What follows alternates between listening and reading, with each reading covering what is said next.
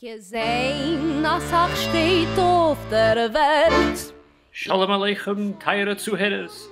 Ich bin da mit Miriam Chaya Sigel, dem Musikerin, Klezmerin, Bibliothekarin, Jüdischistke.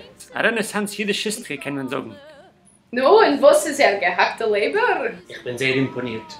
Ihr wisst, ich bin euch als Schweizer, ich bin Professor Weinstein. Vor 12 Lieder im Ganzen, 7 von sie sind meine eigenen Schaffungen. Eine eigene Lieder? Ja, das heißt, sei die Melodien, sei die Texte geschaffen. Wow. Sie sind wegen Liebe, wegen Chassidus. Oh, ich hab Liebe in Chassidus. Der Konzert wird vorkommen, Mittwoch, dem 28. Januar, 7. Säger, in der Museum auf der Eldridger Gasse, das heißt Eldridge Street Museum.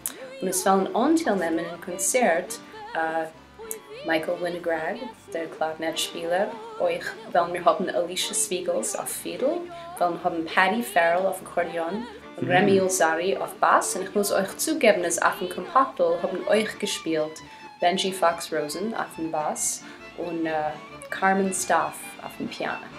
Interessant. Danke für das Kommen mit dem Chaya Sigel. Sehr angenehm. Seid gesund. Seid gesund.